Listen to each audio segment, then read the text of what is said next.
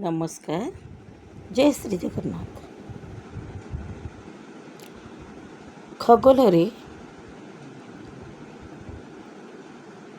8 जून ठारू 4 जुलाई 2026 दुईटी वर्गोत्तम ग्रह देवगुरु बृहस्पति सहित दैत्यगुरु शुक्राचार्यंकर मिलन कर्कट राशि रे संगठित हेबाकु जाउछि। यह निश्चित मानव समाज पर किछि ना किछि प्रभाव पकाइब। धन सौंदर्यर कारक तथा दैत्यगुरु शुक्राचार्यंकर राशि परिवर्तन 8 जून 2026 ठारू 4 जुलाई 2026 पर्यंत कर्कट राशि रे संगठित हेबाकु जाउछि। एक कर्कट राशि रे पूर्वरु देवगुरु बृहस्पति उच्चस्थ होई चलन करुचंती। सेही राशि रे पुणी दैत्यगुरुंकर प्रवेश निश्चित भावरे खगोल रे एक परिवर्तनर वातावरण सृष्टि करिब।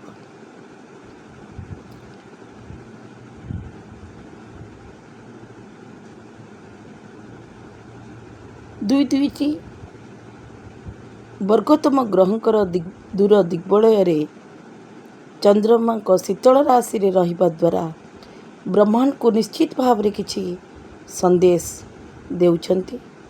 मनरु भ्रम दूर करिबा पई कुहा जाई पारे। जदियो शास्त्र कहे दैत्यगुरु और देवगुरु परस्पर शत्रु अटंती एवं चंद्रमा सहित शुक्र मध्य शत्रु अटंती। ताहले किछि ना किछि कुप्रभाव जन समाज उपरे पड़ी पारे, किंतु समाज को जणाइबाकु चाहे उत्तर आसे ना। कारण ज्योतिष शास्त्र रे कुहा जाइछि ग्रहणां फलदायी उताह। जदि गोटे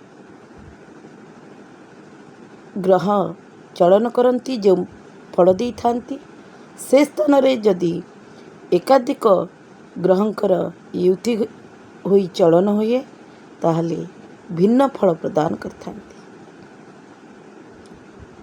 तेबे कर्कट राशि रो एही चलन समय बेलू कर्कट राशि रे क्यों क्यों ग्रह क्यों राशि रे संचरण करछंती आसंतु जानिमा। कर्कट राशि रे उच्चस्थ होई बृहस्पति अछंती। स्वराशि रे अर्थात मेष राशि रे मंगल, सिंह राशि रे केतु, कुंभ राशि रे राहु, मीन राशि रे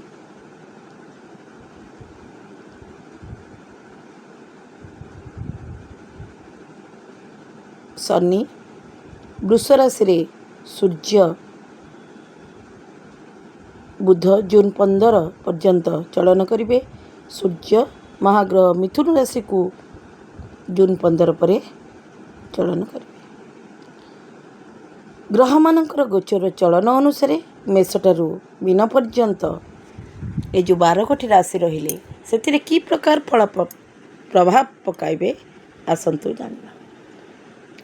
निश्चित भाव में देवगुरु एवं दैत्यगुरुंकर संयोग 12 राशि को किछि ना किछि शुभ प्रभाव देव। एथिरे भय करिवार कोनोसी आशंका नहीं। कालपुरुषर प्रथम राशि मेष राशि। मेष राशि चतुर्थ भाव रे देवगुरु बृहस्पति सहित द्वितीय एवं सप्तम अधिपति होई शुक्रंकर चलन चतुर्थ चलन आरंभ हेबाकु जाउछि। चतुर्थ भावरु माता भूमि भवन वाहन सुख आदि विचार करा जाए। मेष राशि जातक रे माता सहित पूर्वरु थिबा मतमतांतर दूर हेब। ଗୁରୁଙ୍କର ଆଶୀର୍ବାଦ ମିଳିବ। ପାରିବାରିକ କ୍ଷେତ୍ରରେ ଶାନ୍ତିର ବାତାବରଣ ସୃଷ୍ଟି ହେବ। ଶ୍ୱଶୁରାଳୟ ପକ୍ଷରୁ ଆର୍ଥିକ ସହଯୋଗ ଲାଭ କରିବେ। ଜୀବନସାଥୀଙ୍କ ଠାରୁ ସହଯୋଗ ମିଳିବ। ସମ୍ପତ୍ତି ସମ୍ବନ୍ଧୀୟ କାର୍ଯ୍ୟରେ ସଫଳତା ହାସଲ କରିବେ। ବୃଷରାଶି ଜାତକରେ ତୃତୀୟ ସ୍ଥାନରେ ଉଚ୍ଚସ୍ଥ ହୋଇ ବୃହସ୍ପତିଙ୍କ ସହିତ ଲଗ୍ନେଶ ଏବଂ ଷଷ୍ଠାଧିପତି ଶୁକ୍ର ସଞ୍ଚରଣ କରିବାକୁ ଯାଉଛନ୍ତି। ଗ୍ରହରାଜ ସୂର୍ଯ୍ୟ ମଧ୍ୟ ବୃଷ ରାଶିରେ ଲଗ୍ନସ୍ଥ ହୋଇଅଛନ୍ତି। ତୃତୀୟ ଭାବରୁ ଛୋଟ ଭାଇ ଭଉଣୀ ପରାକ୍ରମ ସାହସ ଛୋଟ ଛୋଟ ଯାତ୍ରାର ବିଚାର କରାଯାଏ। ବାଣୀର ବିଚାର କରାଯାଏ। ବାଣୀରେ ସକାରାତ୍ମକ ଶକ୍ତି ସୃଷ୍ଟି ହେବ। ଧାର୍ମିକ ଯାତ୍ରା କରିପାରନ୍ତି। ଭାଇ ଭଉଣୀଙ୍କ ସହିତ ପୂର୍ବରୁ ଥିବା ତିକ୍ତ ସମ୍ପର୍କରେ ସୁଧାର ଆସିବ। ଆର୍ଥିକ କ୍ଷେତ୍ରରେ ଉନ୍ନତି ଘଟିବ। ବ୍ୟବସାୟିକ କ୍ଷେତ୍ରରେ ସଫଳତା ଅର୍ଜନ କରିବେ। ମାତ୍ର ବୃଷରାଶି ଜାତକ କୌଣସି ନିଷ୍ପତ୍ତି ନେବା ପୂର୍ବରୁ ବିଚାର ବିମର୍ଶ ହୁଅନ୍ତୁ। ଏକାଧିକ ବାର ନୁହେଁ, ସହସ୍ରାଧିକ ବାର ବିଚାର କରନ୍ତୁ। ପରବର୍ତ୍ତୀ ରାଶି ମିଥୁନ ରାଶି। ମିଥୁନ ରାଶିରେ ଉଚ୍ଚସ୍ଥ ହୋଇ ଗୁରୁଙ୍କ ସହିତ ପଞ୍ଚମାଧିପତି ଶୁକ୍ରଙ୍କ ସଞ୍ଚରଣ ଦ୍ୱିତୀୟ ଭାବରେ ସଂଗଠିତ ହେବାକୁ ଯାଉଛି। ଦ୍ୱିତୀୟ ଭାବରୁ ଧନ ବାଣୀ ଓ ପରିବାର ସମ୍ବନ୍ଧରେ ବିଚାର କରାଯାଏ। ମିଥୁନ ରାଶି ଜାତକଙ୍କର ବାଣୀରେ ସୁଧାର ଆସିବ। ପାରିବାରିକ କ୍ଷେତ୍ରରେ ମାଙ୍ଗଳିକ କାର୍ଯ୍ୟର ଆୟୋଜନ ଅନୁଷ୍ଠିତ ହେବ। ସମ୍ପର୍କରେ ସୁଧାର ଆସିବ। ଆର୍ଥିକ କ୍ଷେତ୍ରରେ ମଜବୁତ ହେବେ। ଆୟରେ ବୃଦ୍ଧି ପାଇବ। ପୁଞ୍ଜି ନିବେଶ କରନ୍ତୁ, ଲାଭଦାୟକ ହେବ। କର୍କଟ ରାଶିରେ ଲଗ୍ନସ୍ଥ ହୋଇ ଉଚ୍ଚସ୍ଥ ଭାବରେ ଗୁରୁଙ୍କ ସହିତ ଶୁକ୍ର ଚଳନ କରିବେ। ହୋରା ଶାସ୍ତ୍ର ମତରେ ଲଗ୍ନରେ ଗୁରୁ ଶୁକ୍ରଙ୍କ ଜ୍ୟୋତି ରାଜଯୋଗ କାରକ। କର୍କଟ ରାଶି ଜାତକଙ୍କର ଏହି ଚଳନ ସମୟରେ ଆତ୍ମବିଶ୍ୱାସରେ ବୃଦ୍ଧି ପାଇବ। ବ୍ୟକ୍ତିତ୍ୱରେ ବିକାଶ ଘଟିବ। ଭାଗ୍ୟର ଉଦୟ ହେବ। ସାମାଜିକ ମାନ ସମ୍ମାନ ବୃଦ୍ଧି ପାଇବ। ଅଟକୁଥିବା ସମ୍ପତ୍ତି ସମ୍ବନ୍ଧୀୟ କାର୍ଯ୍ୟରେ ସଫଳତା ଲାଭ କରିବେ। ପୁଞ୍ଜି ନିବେଶ ମଧ୍ୟ ଲାଭଦାୟକ ହେବ। ପରବର୍ତ୍ତୀ ରାଶି ସିଂହ ରାଶି। ସିଂହ ରାଶିରେ ଉଚ୍ଚସ୍ଥ ହୋଇ ଦେବଗୁରୁ ବୃହସ୍ପତିଙ୍କ ସହିତ ଶୁକ୍ର ଦ୍ୱାଦଶ ଭାବରେ ଚଳନ କରିବେ। ସିଂହ ରାଶି ଜାତକରେ କେତୁ ଚଳନ କରୁଛନ୍ତି, ସଞ୍ଚରଣ କରୁଛନ୍ତି। ସିଂହ ରାଶି ଜାତକ ସାଧନାରେ ସଫଳତା ଲାଭ କରିବେ। ଆମଦାନୀ ରପ୍ତାନି ବ୍ୟବସାୟରେ ମଧ୍ୟ ବୃଦ୍ଧି ପାଇବ। ବିଦେଶରୁ ସଫଳତା ଲାଭ କରିବେ। ବିଦେଶ ଯାତ୍ରା କରିପାରନ୍ତି। ଆଧ୍ୟାତ୍ମିକ କ୍ଷେତ୍ରରେ ବ୍ୟସ୍ତ ରହିବେ। ବୃଥା ବ୍ୟୟ ହେବ, ସାବଧାନ ରୁହନ୍ତୁ। ଭ୍ରମାତ୍ମକ ପରିସ୍ଥିତି ସୃଷ୍ଟି ହେବ। ନୂତନ ନିଯୁକ୍ତି ମିଳିପାରେ। ଆଇନ ଅଦାଲତ ମାମଲାରେ ବିଜୟୀ ହେବେ। କୌଣସି ନା କୌଣସି ମନୋରଞ୍ଜନ କାର୍ଯ୍ୟରେ ଯୋଗ ଦେଇପାରନ୍ତି। କନ୍ୟା ରାଶିରେ ଉଚ୍ଚସ୍ଥ ହୋଇ ଦେବଗୁରୁଙ୍କ ସହିତ ଶୁକ୍ରଙ୍କର ଏହି ମହାମିଳନ ଏକାଦଶ ଭାବରେ ସଂଗଠିତ ହେବାକୁ ଯାଉଛି। ଏକାଦଶ ଭାବରୁ ଲାଭ, ଆୟ, ଇଚ୍ଛା ପୂର୍ତ୍ତି ବିଷୟରେ ବିଚାର କରାଯାଏ। ପୁରୁଣା ବନ୍ଧୁଙ୍କ ସହଯୋଗ ମିଳିବ। ବିନା ସଂଘର୍ଷରେ ଇଚ୍ଛା ପୂର୍ତ୍ତି ଘଟିବ। ସମ୍ପର୍କରେ ବୃଦ୍ଧି ପାଇବ। ବିଦେଶ ଯାତ୍ରା କରିବାର ସୁଯୋଗ ଆସିବ। ଆୟର ବିଭିନ୍ନ ସ୍ତର ସୃଷ୍ଟି ହେବ। ପରବର୍ତ୍ତୀ ରାଶି ତୁଳା ରାଶି। ତୁଳା ରାଶିରେ ଉଚ୍ଚସ୍ଥ ହୋଇ ଦେବଗୁରୁ बृहस्पति सहित शुक्राचार्य दशम भाव रे संचरण करेंगे। दशम भाव पिता कर्म संबंध रे विचार करा जाए।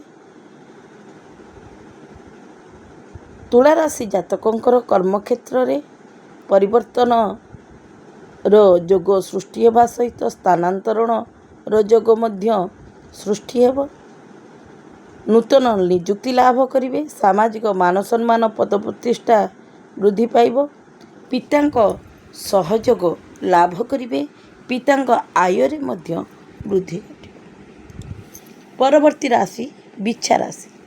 बिच्छा राशि जातक रे देवगुरु बृहस्पति सहित शुक्रंकर एही नवम भाव रे संगठित हेबाकु जाउछि। नवम भाव भाग्य धर्म आदिर विचार करा जाए। शुक्रंकर एही चलन समय बिच्छा राशि जातकंकर भाग्य रे उदय घटिब। आत्मविश्वास रे वृद्धि पाइब। परिश्रम अनुसार सफलता लाभ करिवे। संतान पक्षरु सुख एवं शुभ संवाद लाभ करिवे। जीवनर स्थिति उत्तम रहिब। परवर्ती राशि धनुराशि। धनुराशि रे बृहस्पति सहित शुक्र अष्टम भाव रे संचरण करिवे। जन्मजातक रे अष्टम भावरु साधारणतः आयु गुप्त विद्या संबंधी विषय रे विचार करा जाए। शुक्रंक एही चलन समय रे धनुराशि जातकंकर जीवन साथींक प्रत्येक कथा को शुणिमा उचित एवं कार्यकारी करबा मध्य उचित। सफलता लाभ करिवे। शत्रु मानंकु मुकाबिला करिपारिवे। मकर राशि। मकर राशि रे सप्तम भाव अधिपति होई बृहस्पति सहित शुक्र चलन करिवे। सप्तम भावरु जातकर दाम्पत्य सुख दुख विचार करा जाए। शुक्रर एही चलन समय रे दाम्पत्य जीवन रे मधुरता भाव सृष्टि हेब। पूर्वरु थिबा मान मतांतर दूर हेब। जीवन पूर्वरु जीवन साथी स्वास्थ्य रे समस्या थिले ताहा मध्य सुधार आसिब। दाम्पत्य सुख मिलिब। पारिवारिक सहयोग लाभ कर। कुंभ राशि। कुंभ राशि जातक रे देवगुरु बृहस्पति सहित दैत्यगुरु शुक्राचार्यंकर महामिलन षष्ठ भाव रे अनुष्ठित हेबाकु जाउछि। जन्म पत्रिका रे षष्ठ भावरु रोग ऋण शत्रु विषय रे विचार करा जाए। शुक्रंकर एही चलन समय रे भाई भौणीकर सहयोग मिलिब। परिवार रे उन्नति घटिब। मात्र संतान पक्षरु आशानुरूप फल लाभ करिवे नाही। मात्र धैर्य धरंतु अवस्था सुधुरी जिव। कालपुरुषर शेष राशि मीन राशि। मीन राशि जातक रे उच्चस्थ होई देवगुरु बृहस्पति शुक्रंक सहित पंचम भाव रे गोचर करिवे। पंचम भावरु विद्या संतान कला पूर्वजन्मर फल संपर्क रे विचार करा जाए। शुक्रंकर एही चलन समय रे जातकंकर धर्म प्रति आध्यात्मिक भावना प्रति आस्था सृष्टि हेब। निजको धर्म कार्य रे नियोजित करिवे। तीर्थस्थान को यात्रा करि पारंती। निजको आकर्षित करबा पाई सौंदर्य वृत्ति पाई विभिन्न पदक्षेप नहीं पारंती।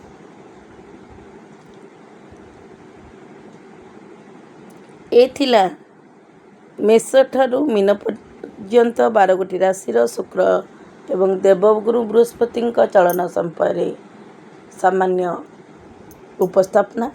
जदि ये कार्यक्रमटी आपण मानक भल लगी थाए ताहले लाइक शेयर सब्सक्राइब करने को आदौ भूलंतु नहीं।